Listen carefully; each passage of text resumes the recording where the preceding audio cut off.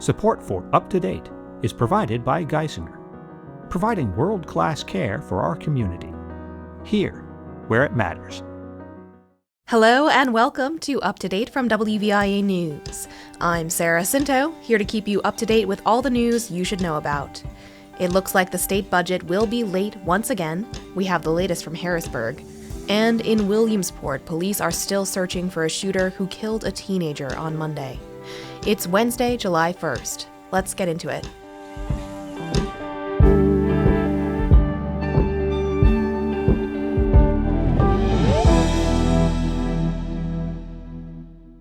We'll start in Williamsport.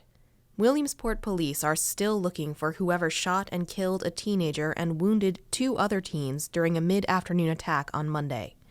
WVIA's Boris Krauchenyuk reports. Williamsport Mayor Derek Slaughter said he couldn't provide any new information about the shooting that killed one and wounded two on a city street Monday, but Slaughter said police continue to actively investigate. We're asking, of course, anyone in the public with any information or if they have any videos, saw anything, or even today, if you're hearing anything or seeing anything, let us know, reach out. But as of right now, no, we don't have any additional information. The shooting occurred mid-afternoon Monday in the 1700 block of Memorial Avenue. Police found 17, 18, and 19-year-old males wounded. The 18-year-old was pronounced dead at a local hospital about 20 minutes later. The shootings mark the latest in a series of incidents involving juveniles in Lycoming County in recent years. The incidents include the murder of a 15-year-old outside a TGI Fridays in Loyalsock Township more than 2 years ago, a stabbing in May, and a juvenile firing a gun into a home in June. I'm Boris Krauchenyuk, WVIA News. Thanks, Boris. And an update on Tuesday, the county coroner identified the 18-year-old as Nasir Kramer.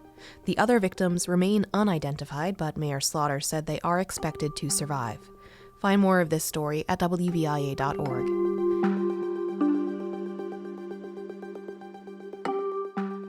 Now to Harrisburg.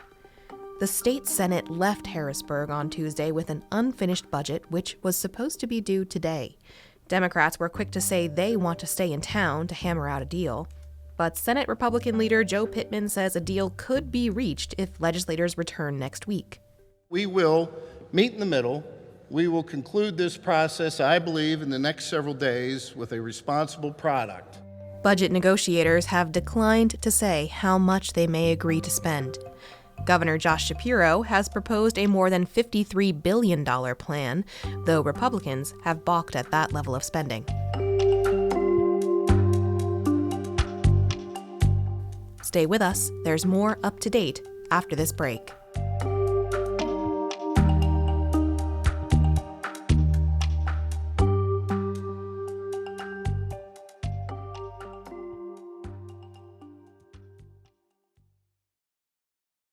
We report to you. Subscribe to the WVIA News Notes e-newsletter for the latest from the news team. Visit wvia.org/news and click on the subscribe button to receive the newsletter every Tuesday and Friday morning. Welcome back.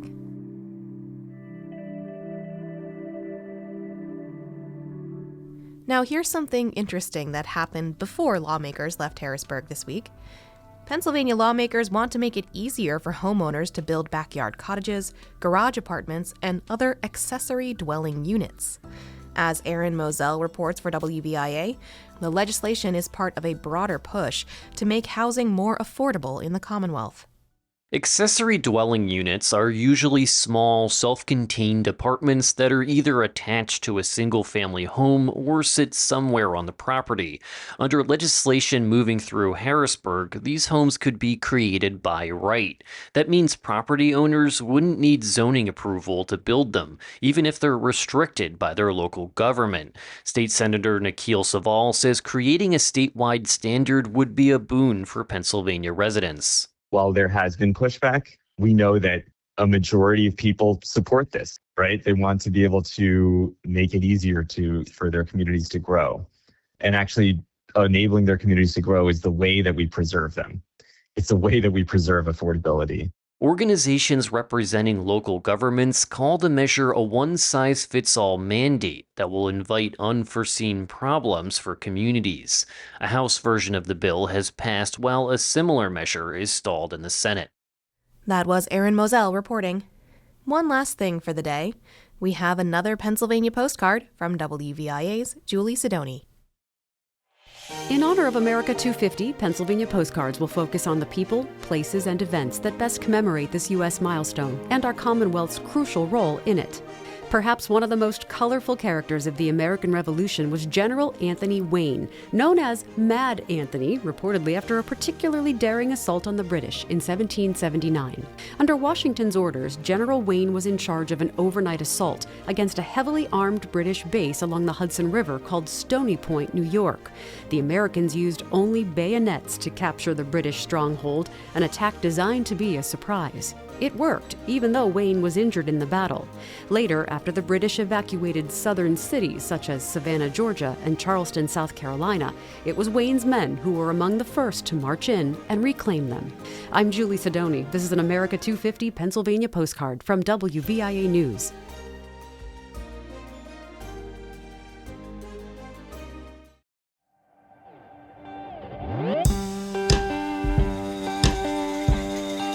All right, I hope you're feeling up to date. Find more stories, as always, at WVIA.org. I'm Sarah Cinto. Thanks for listening today.